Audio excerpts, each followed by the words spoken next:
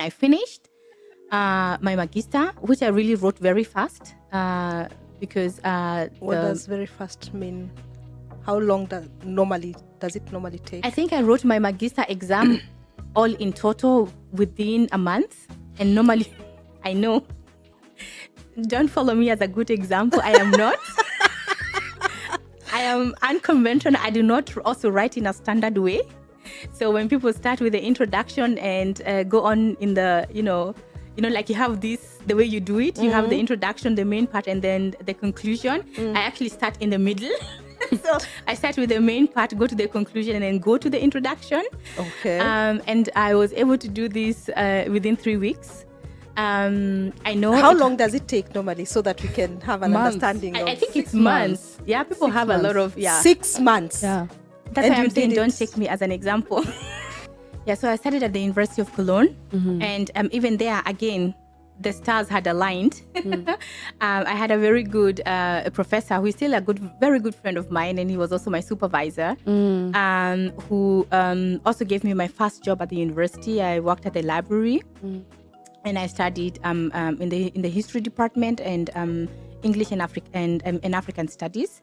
So for my history was really good because my professor was really critical, right? He was critical of what he was teaching, and I think that's why it was possible to ask questions, also to ask critical questions, which he did not understand as a way of something negative, but inviting to have this discussion, to have a debate. And I think that's why I always thought, oh wow, I think when I become a professor, I would like to be such a professor who opens up spaces and lets different opinion and different perspectives.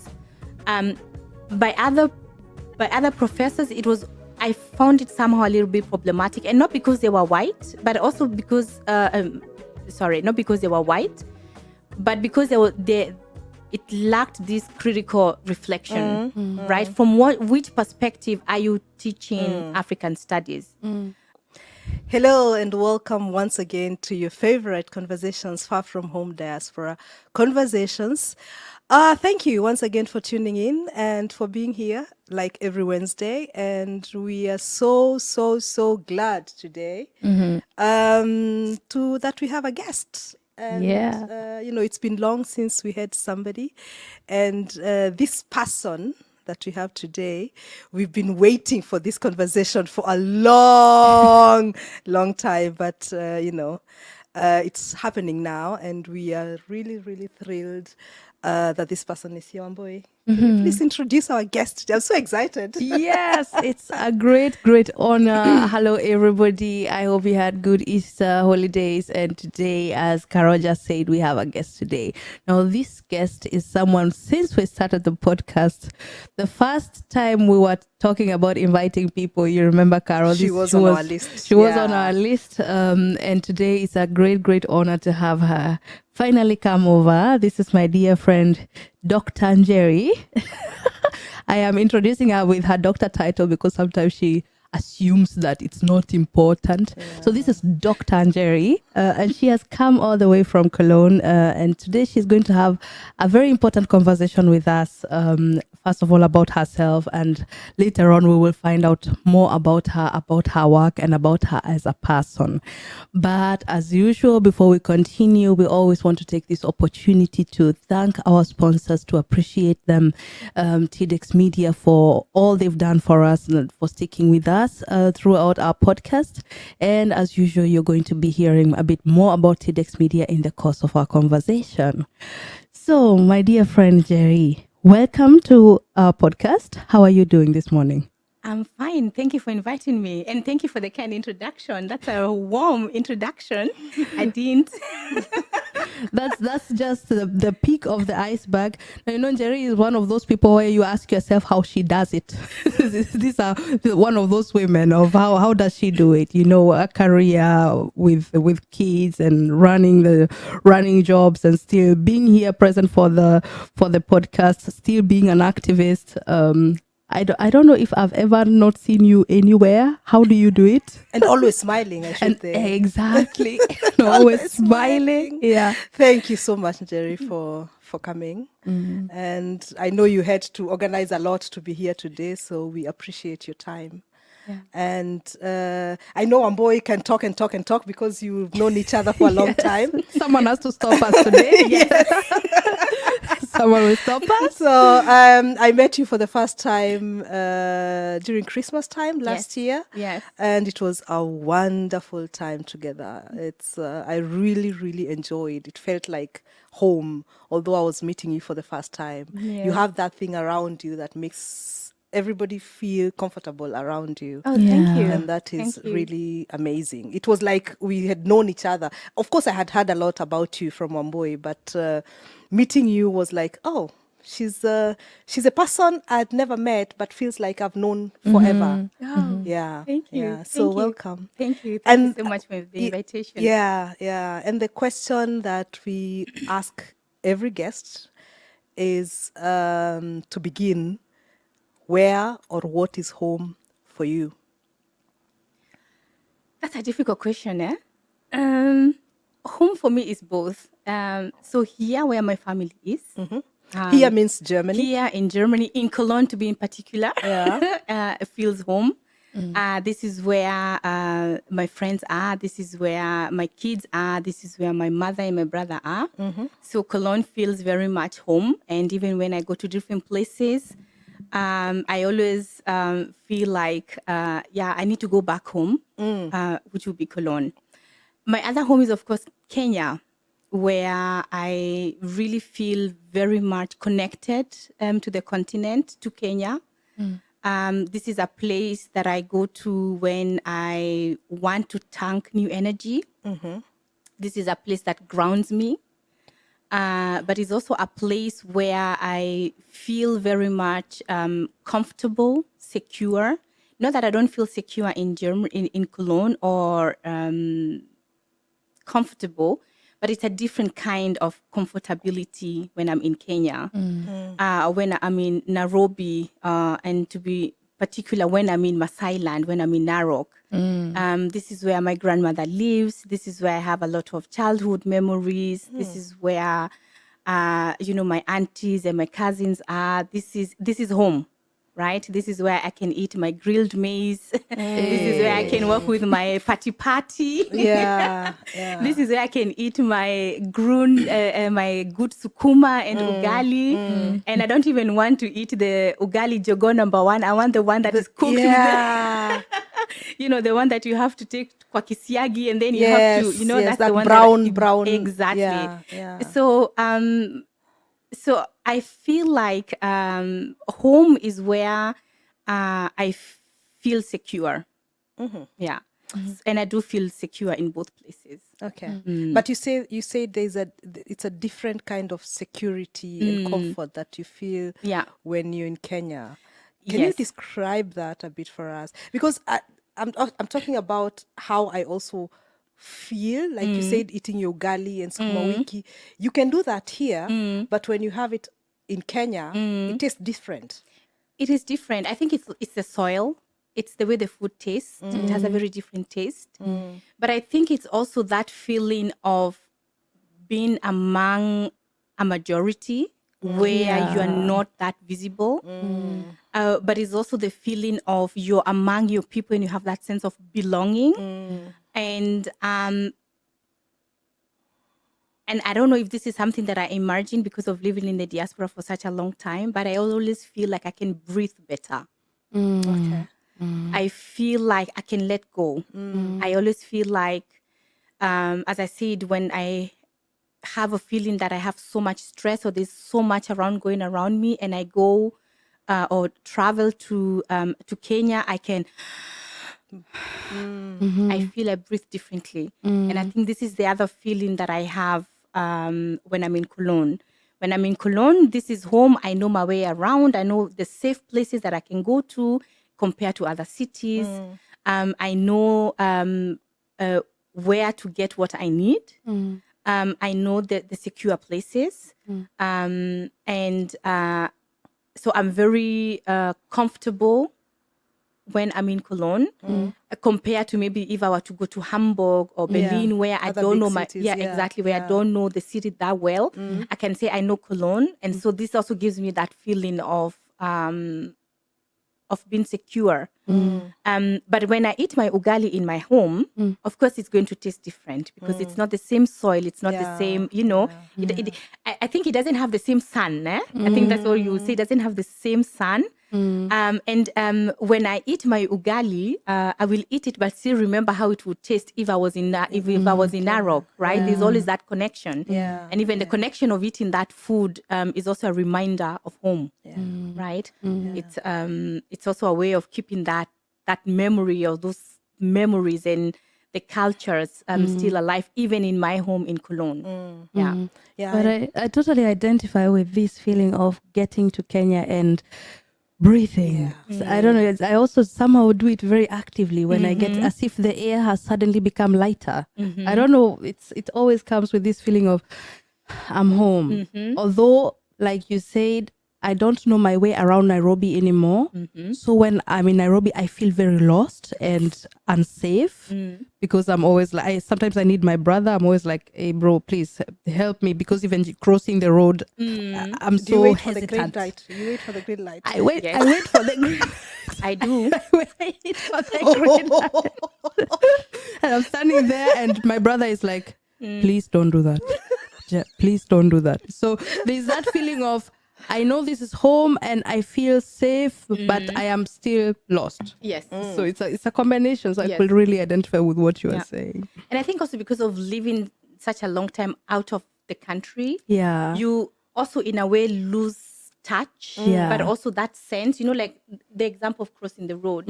I also wait for the green light, and then I'm like, okay, no, you don't wait. You have to run. And for me, when I go to Nairobi, I always have a feeling of it's very chaotic. So it's so loud. And then I get confused. Yes. And I kind of feel lost because it's so big. It becomes so big. And that's not how I remember it. But now when I go back, I always have a feeling it's grown. It's so big. The places that I used to know, I no longer know, or I can't recognize the places anymore. And so I do need someone who is there, who can guide me. But then when I'm in Narok, it's a very different. It's a very different feeling. The city has grown, yes. But I still do know. It feels like the same place. Yes, it feels like almost the same place. It's almost the same people, although now most of the people that are there are also new. But I remember it like you knew every person. And every second person you say hello because they can still remember. And in Narok, it's really where I feel I don't even remember to close my handbag. Because I don't even remember the last time that I just walked even with my own handbag and it was closed. Because I'm like, okay, who is going to do anything here? It's not like in Nairobi where you always feel like you have to hold. I'm clutching everything. And in Narok, I'm always, I am a Nairobi person. I really, really love Nairobi. Just, you guys are talking about the chaos and the noise, and that is what makes me feel home. Oh wow! I love the noise. I wouldn't have it for a long time. I mean, when I go there, that is what makes me feel like I am home. This chaos and this, just moving around. I never take a taxi. I just move with matatus. I love going to River Road, where there are so many people. And nobody is caring about you. Nobody's, everybody's minding their own business, just walking around. I love that feeling. I every time I'm in Nairobi, I have to go. Although, my sisters had a shop in River Road, so I used to go there a lot. They no longer have it, but I still go there because it makes me remember that time when we were there, and it was always, just having this community of people that never grew up with you but know you somehow, and you're laughing with them. And that is what is almost home for me in Nairobi, although I come from Nanyuki. But you're talking about Narok, so that is where you grew up? I grew up in Nairobi and also part in Narok. But in Narok, that's where my grandmother is. And so my aunties are also there. And so there's really that feeling of home. Until you were how old, or when did you come to Germany? When I think I was around 13 and a half, going to 14. Okay. So primary school was in Narok or in Nairobi? No, in Nairobi. Okay. In Nairobi, Yeah. So that was before I went to high school, and then I came over with my mother. So how was the change for you coming as a 13-year-old, beginning teenage, which is not a very easy age? Yeah. I mean, I can't remember everything, but I do remember the difficulties of language. And I also remember that I used to smile at everybody. You know, it was, I would say hello to everybody, and then they would all look like, okay, okay. Why are you doing this? Why is she smiling? Why is she It's smiling? strange. It's strange. In Cologne, near the Rhine. And school, of course, was difficult because I couldn't speak the language. But I must say that I had very good teacher, and I have never forgotten his name. His name was Michael Kellner, and Michael Kellner was my class teacher.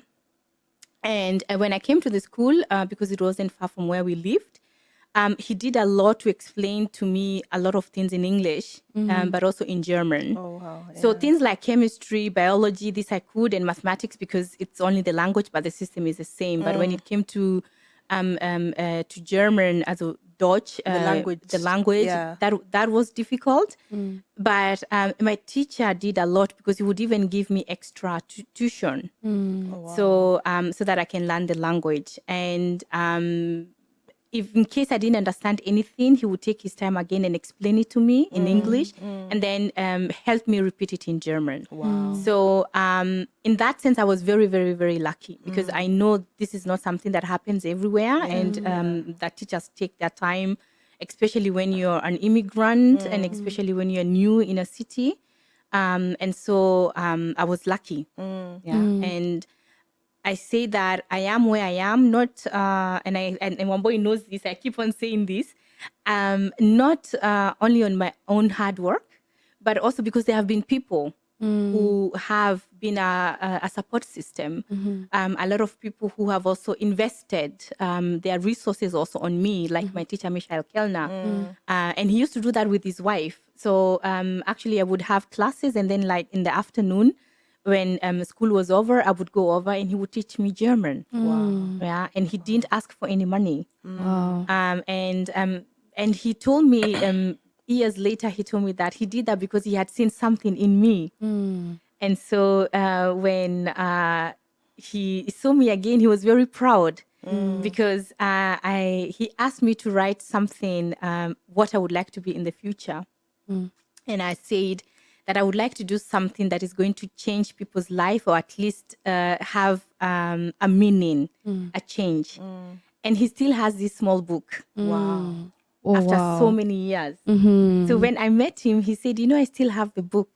Wow. And every time I hear your name, I open this thing and I remember how you wrote it in broken German. That's so amazing. That- Sorry, just I said I'm not going to cry on this thing, so You're allowed to cry. It's okay. It's okay.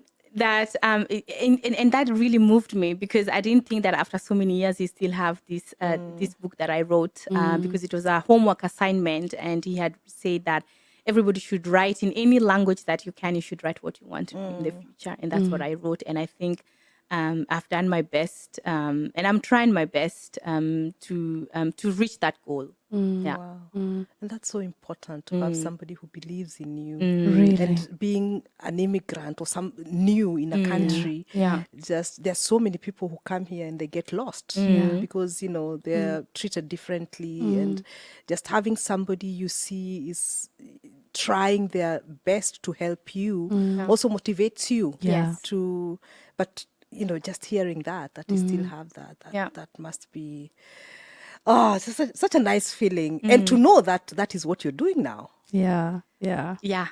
That is what you're doing now. Can you tell us a bit about how it went after learning the German and the school system? You did Abitur? Yes, I did Abitur here. I actually did my Abitur in Holweide. So, hey, shout out on Holweide. Abitur is equivalent to what is in Kenya or O-levels. was from O-levels, O-levels. right? O levels. Yeah. O or A? I don't know. A-levels. A A-levels, levels. yeah. So, Yeah, yeah. from five, from six. Yes, yes, because I did up to the 13th class. Yeah. Yeah, but even there, when I was doing, when I was in school, as I said, it wasn't easy because, of course, a majority of kids were white kids.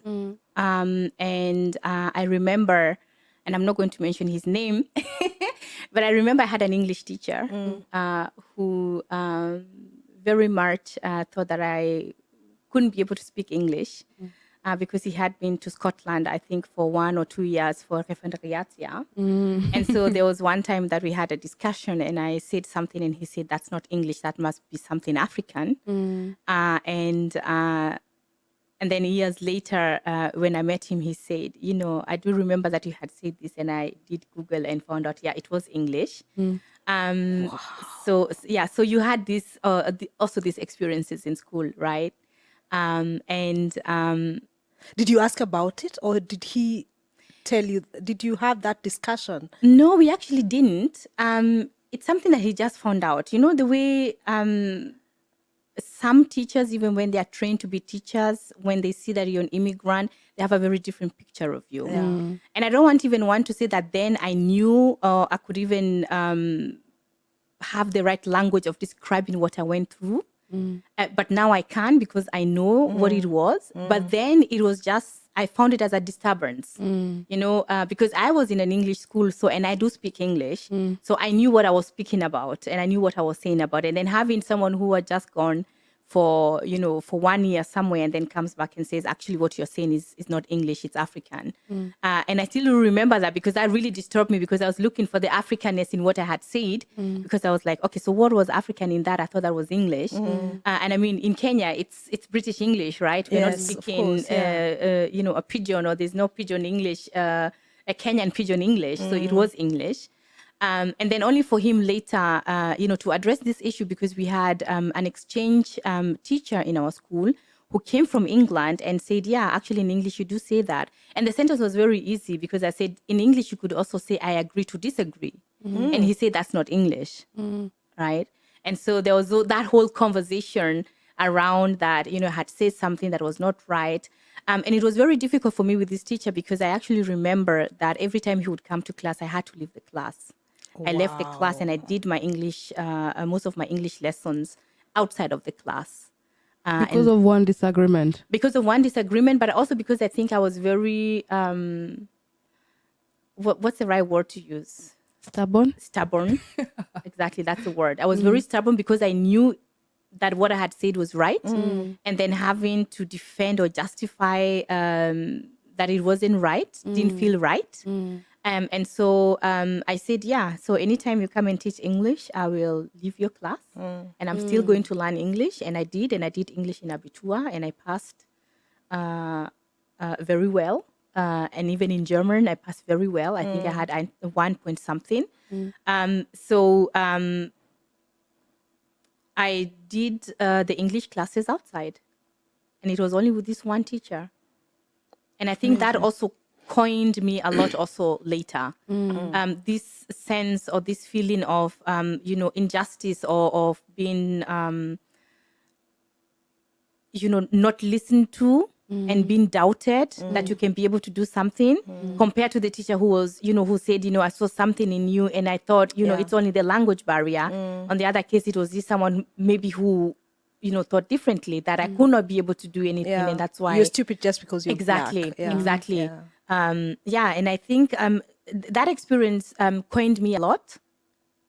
And some of the friends that I was friends with in school we're still friends up to now. But there were also, kids can be very nasty, yeah? And they can be really, really, really violent and hurting. And I also do remember also hearing some things that were not so nice, also from other kids. But nonetheless, that did not coin me, because as I said, I had a good support system, if I must say. Even at home. Yes. Even with my mom. And also when I had difficulties, there was also the possibility of having tuition, house of Gabe, homework. And so that was okay. Yeah. It's so important to mention, because of course, with the negative experiences that we make in the diaspora, sometimes it's very easy for them to, to direct your path, and to decide your future. And I find it always so important to mention also the good experiences that happened. Even this one teacher, one person, Yeah. just one person can change the whole course of your life because they said, I believe in you. Yes. And I also think what you're saying, especially support system, even for parents in the diaspora, just the knowledge that with enough support system, maybe we cannot finish the negative things, but support system, when that is very strong, still, it's going to help the kids that they can become someone. I mean, you coming from Kenya, coming here, learning not just the language, but it was a totally different school system. And getting the language, getting the school system, and going on to the university and studying and becoming Dr. Njeri, who you are today. So do you want to tell us a bit of how did you go now to become to become who you are today, your studies and that? Yeah, so I studied at the University of Cologne, and even there, again, the stars had aligned. I had a very good professor who is still very good friend of mine, and he was also my supervisor, who also gave me my first job at the university. I worked at the library, and I studied in the history department and English and African studies. And also political science, because I did magister, which was the old system. So it was in bachelor and it was in master. I think that is what's now masters in bachelor. Master. Yeah, exactly. So I did magister. For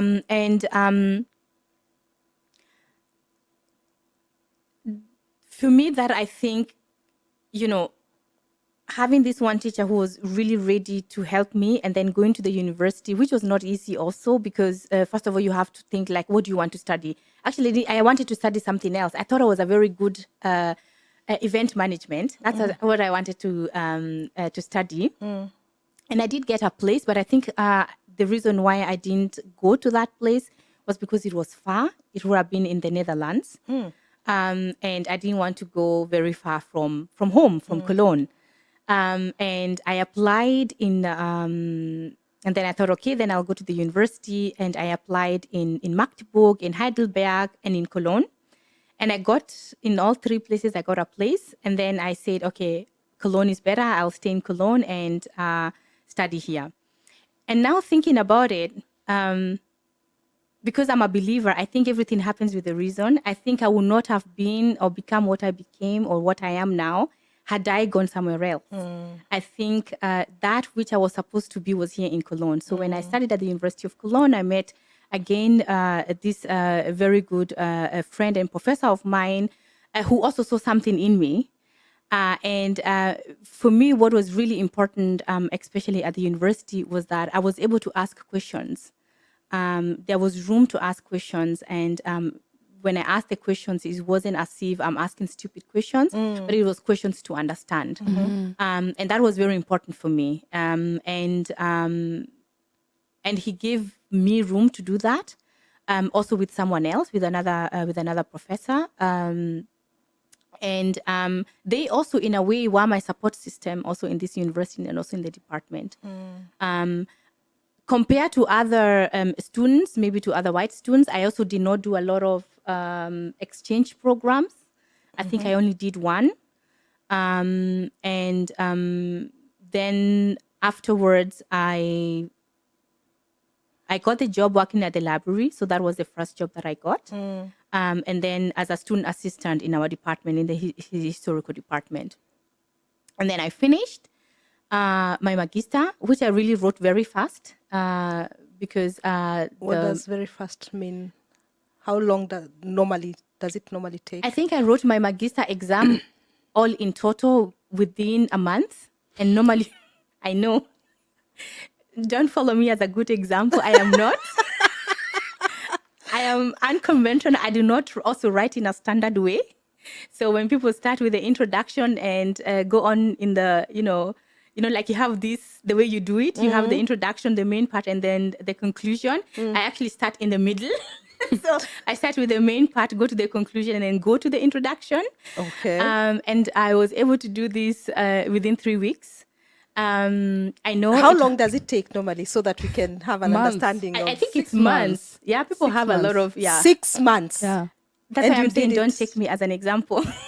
Oh, it's a bad idea. It's a bad idea. It can make you sick. Yes. I mean, I also rushed through my master thesis, but man, that 3 is, weeks is wow. Yeah. So please, audience, don't take me as an example. Take your time to write. But you did it well. So Yes, you I knew did. what you were doing. It's not I knew what I was doing, but again, I am also sometimes surprised with myself because when I now think about it, actually, I could have done it differently. Yeah, I could have, taken the 6 months or the 2 months and sit down and do it slowly. But I think I had other things to do, and I just thought, okay, it has to be done. It has to be done, and I have to finish it. And also because there was a PhD position at the University of Trier, so I was meeting up the deadlines. Okay. So it was write it quick, turn it in, get the scholarship, and then move on. And that's exactly what I did. And that is exactly what happened. And that's exactly what happened. Oh my God. Yeah. Wow. So I got the scholarship, and I'm really, really, really grateful because the scholarship that I got was really a good scholarship. I got a scholarship at the University of Trier, which was an excellent school funded by the DFG. And What is DFG? German research. DFG. Oh, Deutscher Fonds irgendwas? I don't know. Maybe Deutsche some of our listeners. Forschungsgesellschaft, yes, please. I think, they do a lot of that. They give DFG. I'll check. Deutsche Gesellschaft, Forschungsgesellschaft maybe, or yeah? Gemeinschaft. Yeah. I don't know if it's not right. Please read it.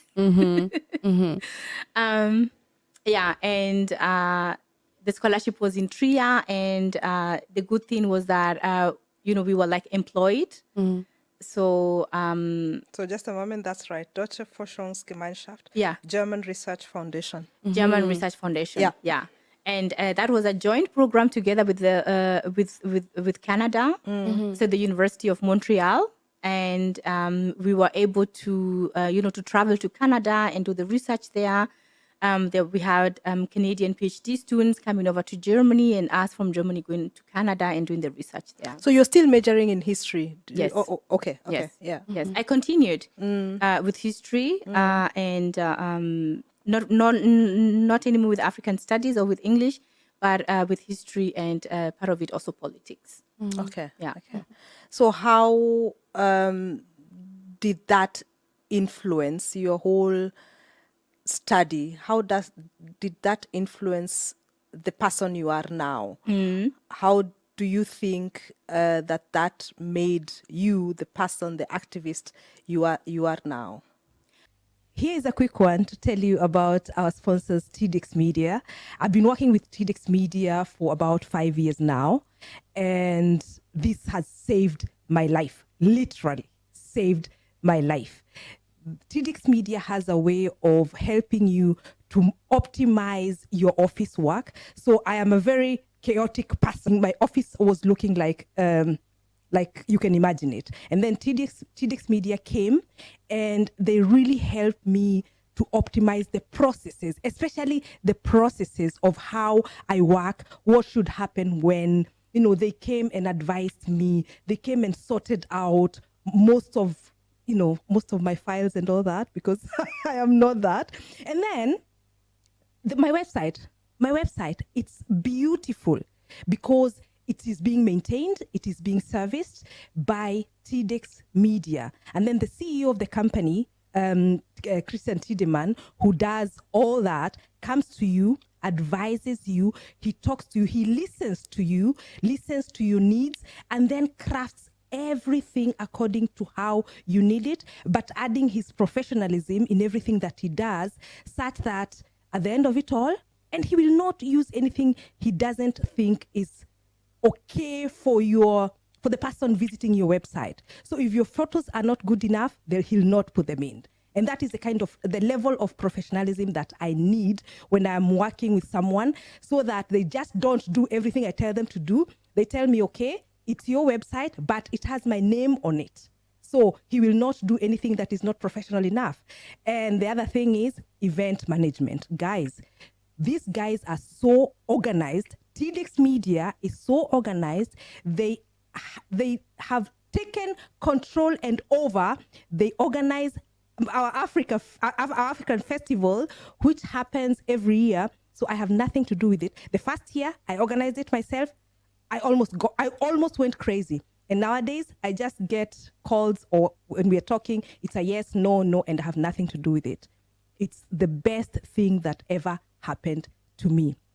I love working with these people.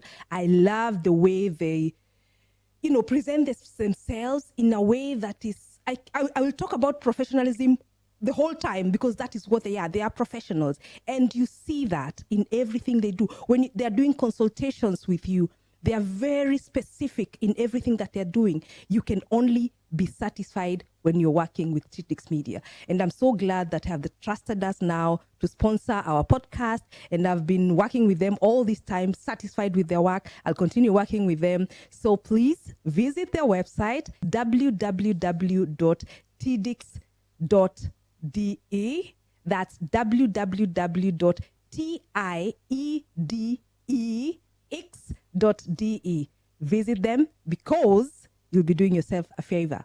Thank you so much. So if you go back a little bit, when I was still studying as a student at the University of Cologne, in most of the faculties or in most of the seminar rooms, or when I went to lectures, most of the time I was the only Black person. And I hope that this is changing within the German academia or within the German universities. I would go there, and if I wasn't there, people would realize Njeri is not there. You're just very conspicuous. Exactly. And that feeling of always asking, why am I the only one here? Or when there were some, like for instance, in the English studies or in Africanistic, once I saw someone who looked like me, it was already like you bound, right? You even sit next to them, and there was, this acknowledgement, like, yeah, I see you, I see you're here. And there was always that thing of you connect immediately, because you know that, you're not the only one. Now you're 2 or 3 or 5. And it made me question a lot, especially in terms of why can't I see so many students who look like me? And why are my professors or lecturers, why don't they look like me?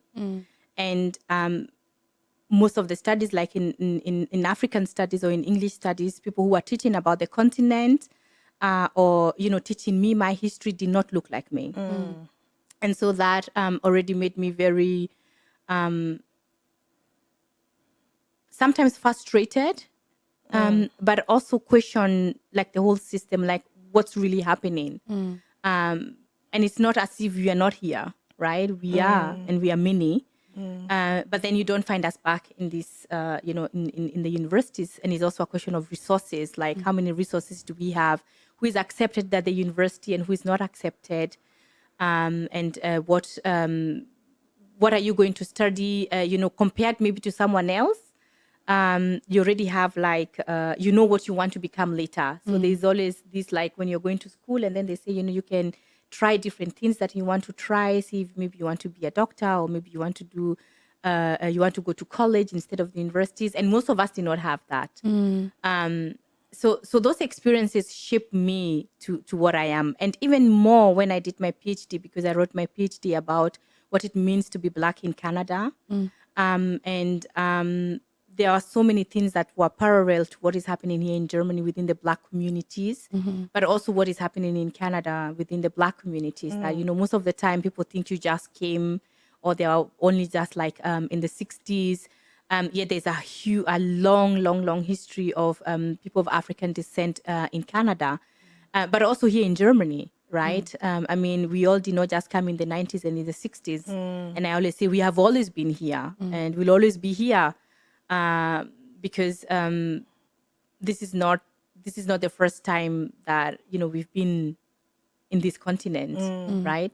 But that permanent feeling of always being told you don't belong, or that you're not part of it. Like in Germany, it's almost similar to Canadianness has always been associated to being white. So you're German because you're white, and you're Canadian because you're white, and not you're German because you're black, or you're African Canadian and German and Canadian. Sorry, yeah. And so I think that shaped me a lot into really wanting to go deeper into wanting to understand. Like the system, at what point are we no longer in the structures? What does the structure do to us? And how can we be able to make a change? Because we're already making changes. And, work of scholar activism has always been done. It has always been there. Black men and women have always spoken. I'm just following like the struggles of the generations before me, because before me, there were also, even in German context, already in the 70s and in the 80s, you had the Adifa women, who were speaking about the same problem, that we have here. And it has continued, right? So, so that has continued to shape me, wanting to, find more and have these conversations and see where we can actually bring change, in not only for me, but I think also for the future generation.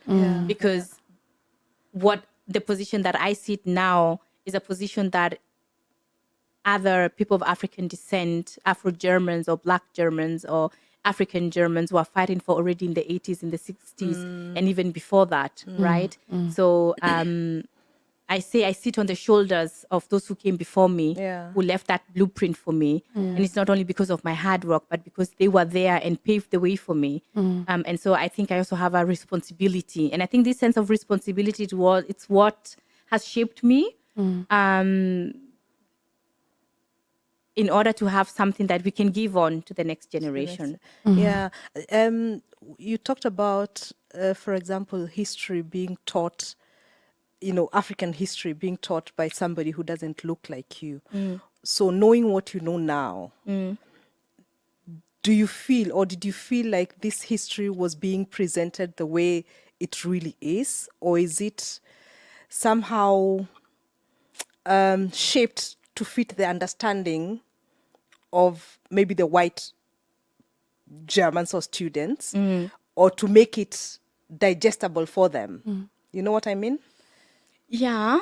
So for my history was really good, because my professor was really critical, right? He was critical of what he was teaching. And I think that's why it was possible to ask questions, also to ask critical questions, which he did not understand as a way of something negative, but inviting to have this discussion, to have a debate. And I think that's why I always thought, oh, wow, I think when I become a professor, I would like to be such a professor who opens up spaces and lets, different opinion and different perspectives. By other professors, I found it somehow a little bit problematic, and not because they were white, but also because, not because they were white, but because it lacked this critical reflection, right? From which perspective are you teaching African studies? And who are the people doing it, right? And I think this is such an important question, because this field has been dominated by white people who teach us about who we are, right? And so the question is, what has changed since, the 60s or the 90s until now, where, we are being taught about an African history from a certain perspective, right? Are we teaching and saying, Africa had a civilization? Are we teaching that Egypt, by the way, is black? Are we teaching that, mathematics and science and medicine also came from the continent, or even originated from the continent? Or are we portraying a certain picture that we have already constructed about the continent, right? And I think if one were to do research and really look into, people who study certain subjects at the university, I will also looking at the colonial origin of these studies, right? And I don't want to attack anybody or start a discussion that I won't be able to finish. But I'm thinking like in African studies, right? do we look at even ethnology? Do we look at the colonial history behind it? How do we do research, right? And who is doing this research? And so I think if we have that critical reflection, of understanding where these subjects are coming from, then I think I will not have any problem with it. But if we continue teaching it only from a one perspective, from a white perspective, that doesn't really portray or doesn't really go deep into also looking at the other perspective, the African perspective, and portraying the continent also from a different perspective, then I think we still have the same problem that, those who started, who studied before me will continue with the same thing. And do you feel, you say a lot, and I appreciate this a lot about you, that you always say you're standing on the shoulders of people who came before you. And you mentioned a lot of the women, you talked about Adifra women, but also all these people who have come before, and you are continuing this journey. Does it get frustrating for you sometimes with this knowledge? Because once you've looked at it so much from the inside out, sometimes it can feel like nothing is changing. You're fighting the same fight that was fought in the 60s. Does it feel this way? Is it still the same fight we are fighting that we were fighting in the 60s? Has it changed? And does it get frustrating for you? And fourth question, of course, I always have many questions. How do you deal with that? So, our dear listeners, as you can see, our conversation has really gotten a bit longer than we intended. But we do not want to just break it. We would like to continue with this conversation. So this is why at this point we are just going to make a cut, and we are going to proceed with this conversation next week. And as usual, we really, really appreciate your presence here. Thank you for always coming back. Please do subscribe, share, and follow us on Far From Home Diaspora Conversations. And yeah, we'll see you next week. Thank you so much. Bye-bye.